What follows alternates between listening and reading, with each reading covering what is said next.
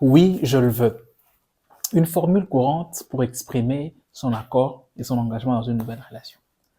Salut à tous. Aujourd'hui, je suis content encore de vous retrouver sur cette nouvelle capsule. Bienvenue sur Smile and Love. Alors, aujourd'hui, nous allons parler sur l'engagement.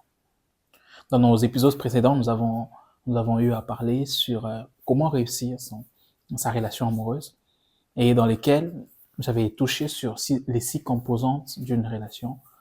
Nous avons parlé des sentiments, du temps de qualité, de la sexualité, de l'engagement, de problèmes et des moyens. Ok? Et j'avais promis de pouvoir parler sur chaque point amplement et en détail afin de vous permettre de comprendre comment ça fonctionne et quelle est la vue d'ensemble que vous pouvez avoir sur le sujet. C'est là sûrement pour vous permettre à comprendre les choses qui entrent en jeu pour votre relation de couple ou votre relation amoureuse. Donc aujourd'hui, nous allons parler encore sur l'engagement. J'aimerais relever une pertinence, celle de savoir que l'engagement s'impose parce que c'est un sujet qui touche à votre destinée. S'engager, c'est lier sa vie à une autre vie, c'est qu'il y a une très forte influence sur votre vie, votre destinée, vos potentiels.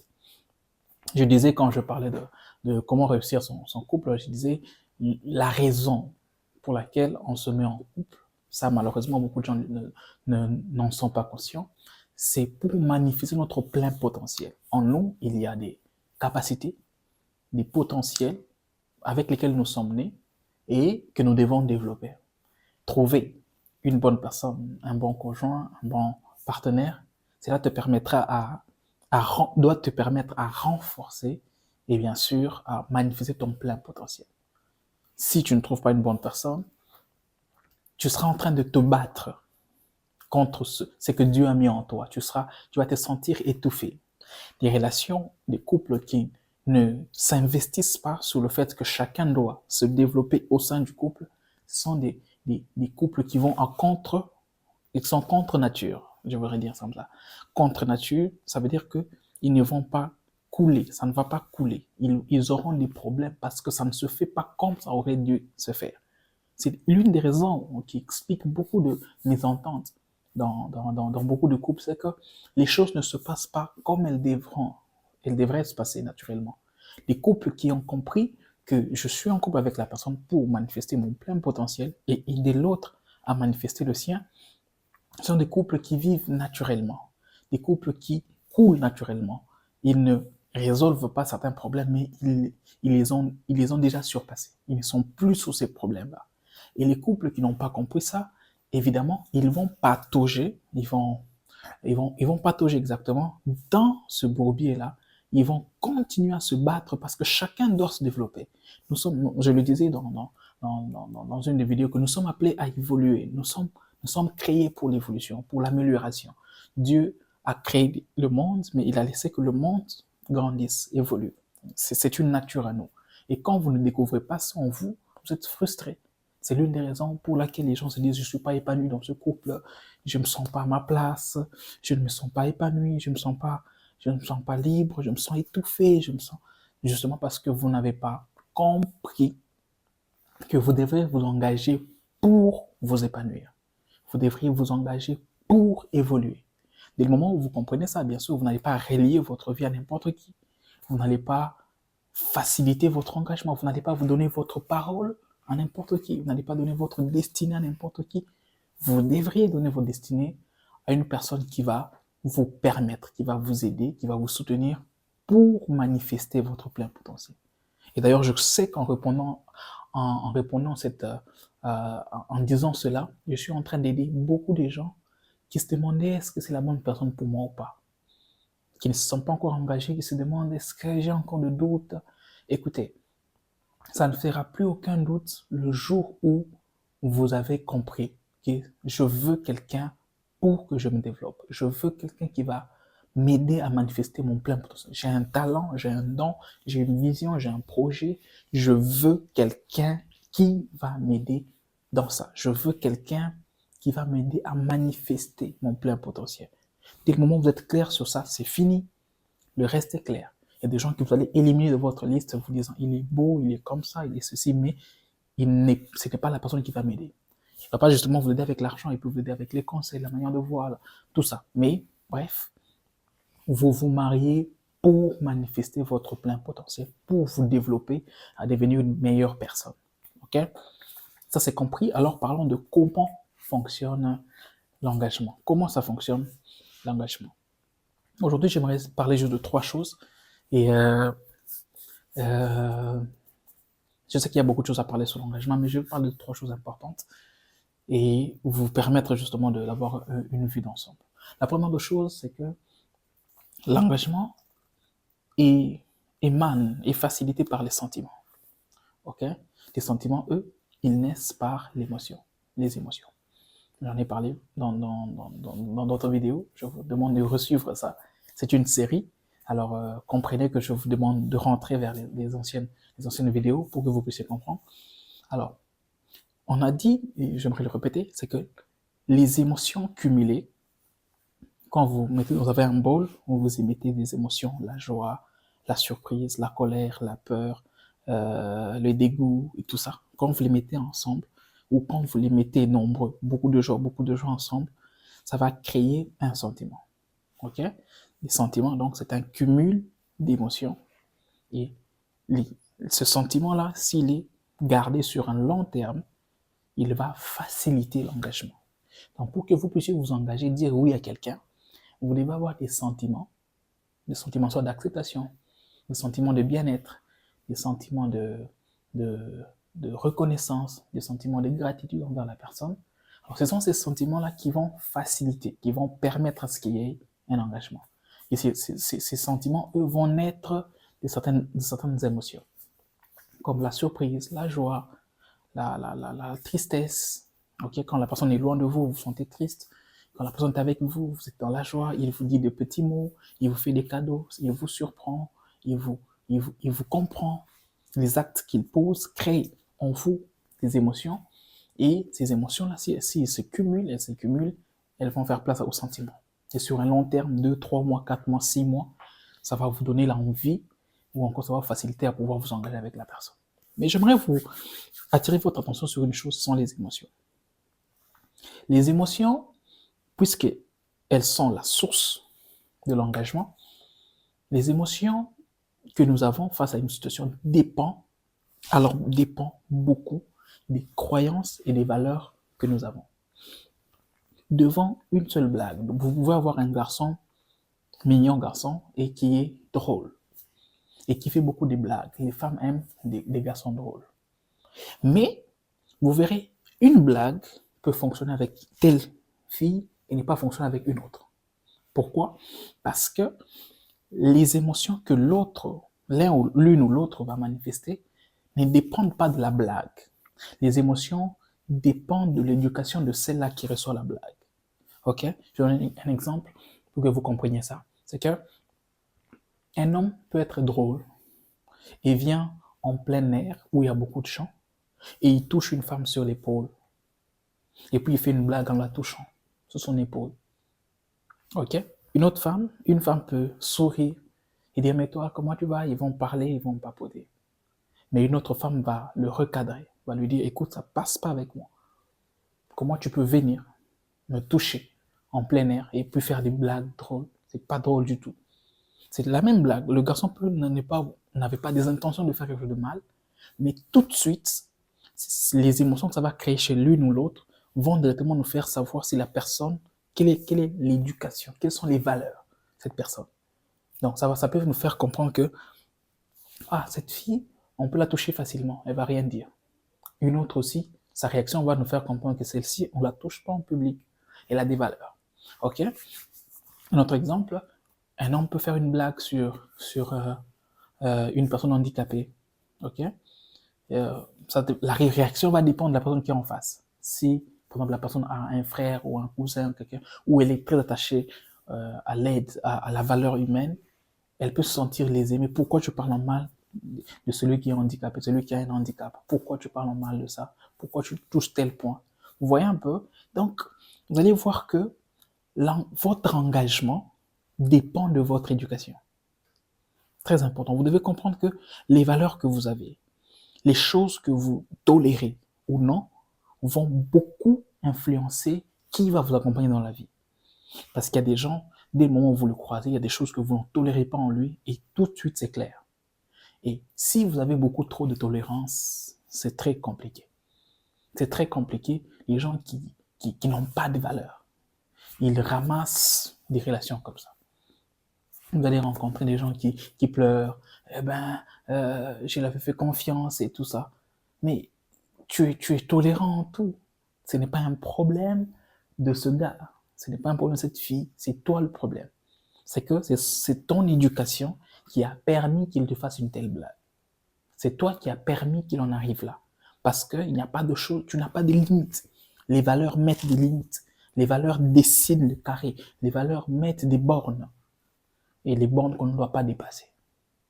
Voilà pourquoi cette génération surtout, malheureusement, nous avons de moins en moins de gens qui ont des valeurs et qui savent mettre des limites. Se dire ça, moi, ça passe pas. Si tu es dans ça, alors ça passe pas avec moi. C'est ce qui nous manque dans cette génération. Une deuxième chose qui est une conséquence de la première, c'est que ce qui se ressemble s'assemble. Ok? Ce qui se ressemble s'assemble.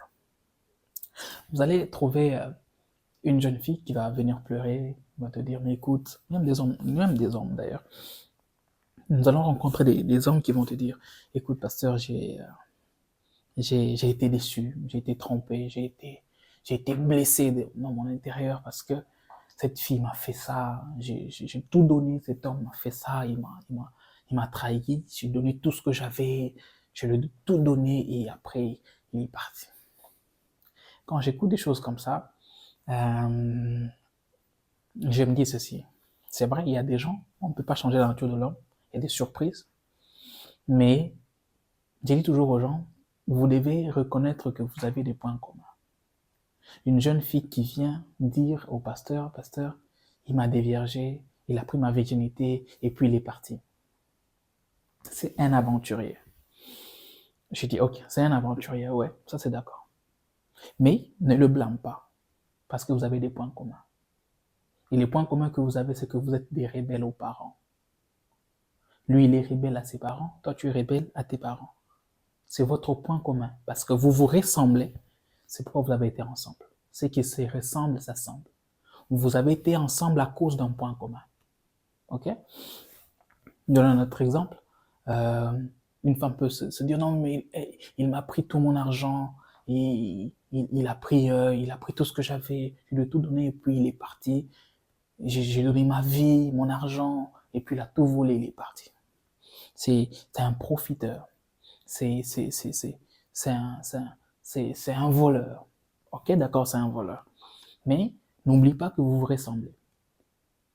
Vous vous ressemblez dans la légèreté. Ok?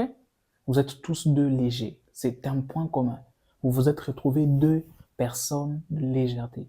Deux personnes qui n'ont pas de valeur avec l'argent, qui ne savent pas l'importance de l'argent. Si tu étais assez conscient de l'importance que tu donnes à l'argent aujourd'hui, tu aurais compris qu'il fallait investir et non pas dilapider ton argent. Il fallait que tu trouves quelqu'un qui avait les mêmes valeurs. Donc, dès le moment où vous commencez à vous plaindre sur votre sort parce que quelqu'un vous a fait du mal, c'est légitime, ok? Je comprends cette douleur, mais c'est révélateur. Ça vous révèle qu'il y a une part en vous qui n'a pas été bonne. Dès le moment où vous êtes en couple avec quelqu'un, sachez que vous avez un point commun avec cette personne. Il y a quelque chose qui vous lie. Vous avez un endroit où vous comprenez. Cet homme vient te dire, donne-moi 10 000 dollars. Je sais pas, il te propose un projet bidon. Et tu sors 10 000 dollars, tu lui donnes. Et puis après, tu viens pleurer pour dire, il m'a escroqué. C'est pas normal. Tu vas pas dire que c'est par amour. Non, c'est de la naïveté, c'est de la lâcheté, c'est de la légèreté. Ok? Dès le moment où vous comprenez que, oh, c'est vrai, il y avait un point commun qui nous liait. Chaque engagement est facilité par un point commun.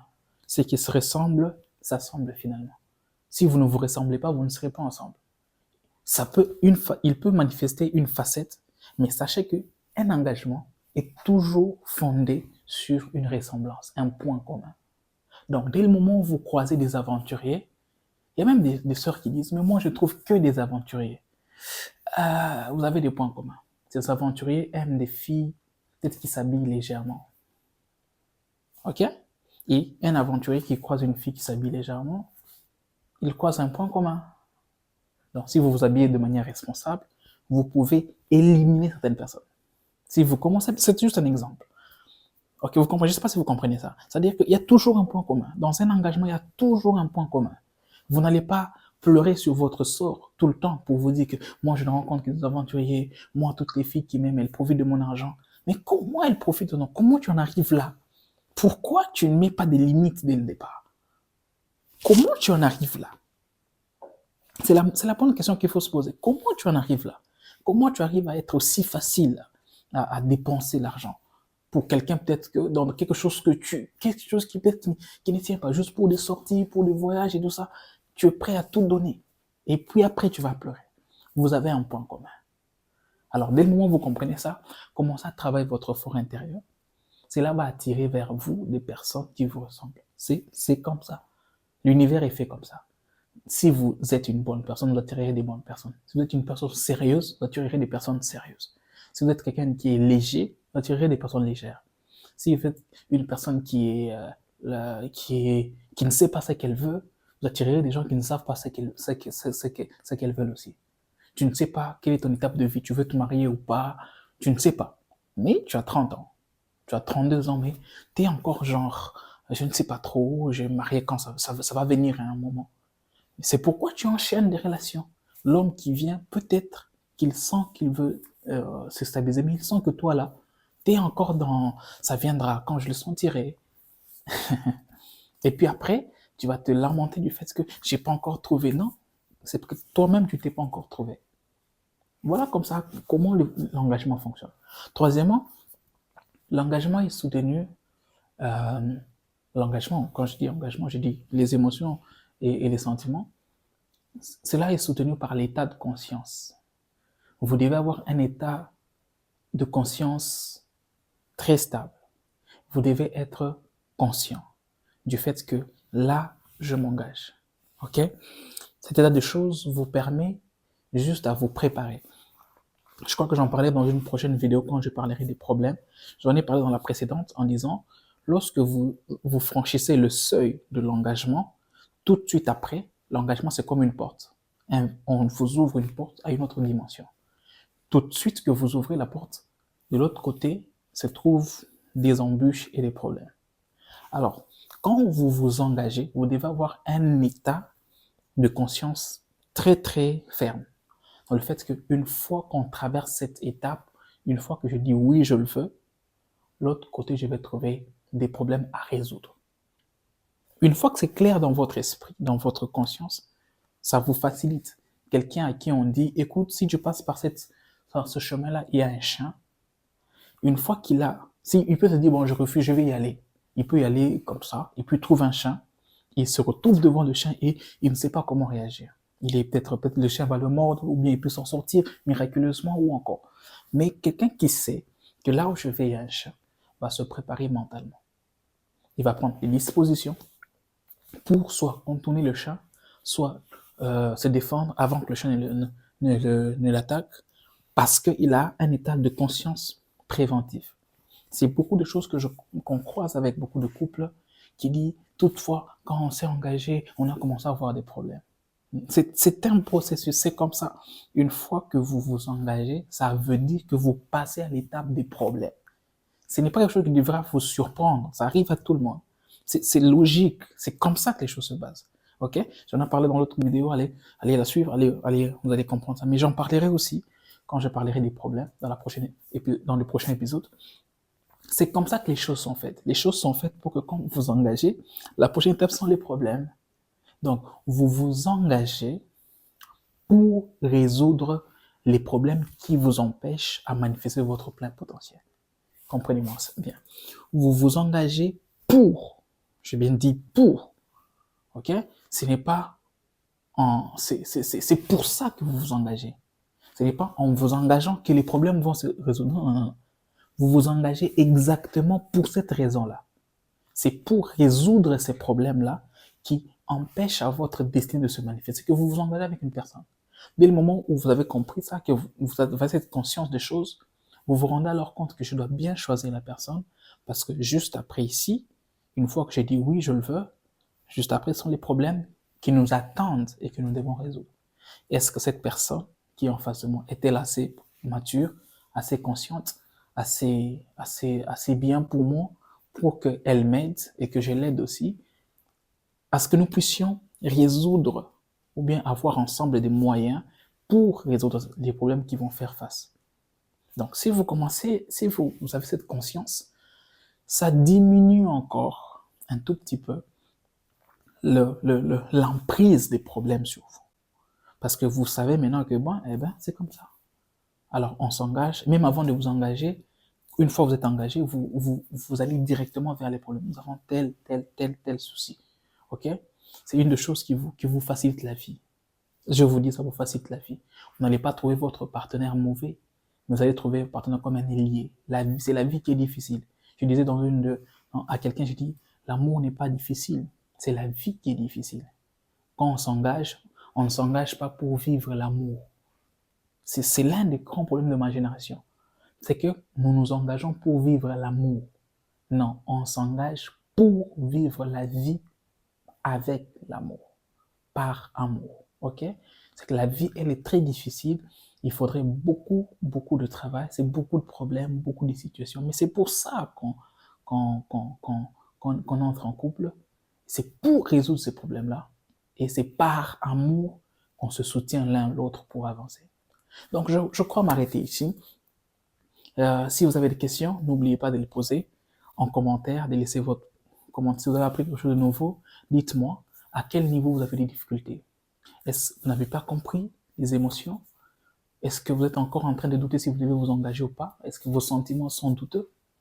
Est-ce que vous êtes en couple avec quelqu'un et vous sentez que cette personne vous pousse ne vous motive pas à avancer, à évoluer, elle vous tire vers le bas? Dites-moi en commentaire ce que vous pensez. Partagez avec nous. Que Dieu vous bénisse. Je vous retrouve sur la prochaine vidéo. Ciao, ciao, ciao.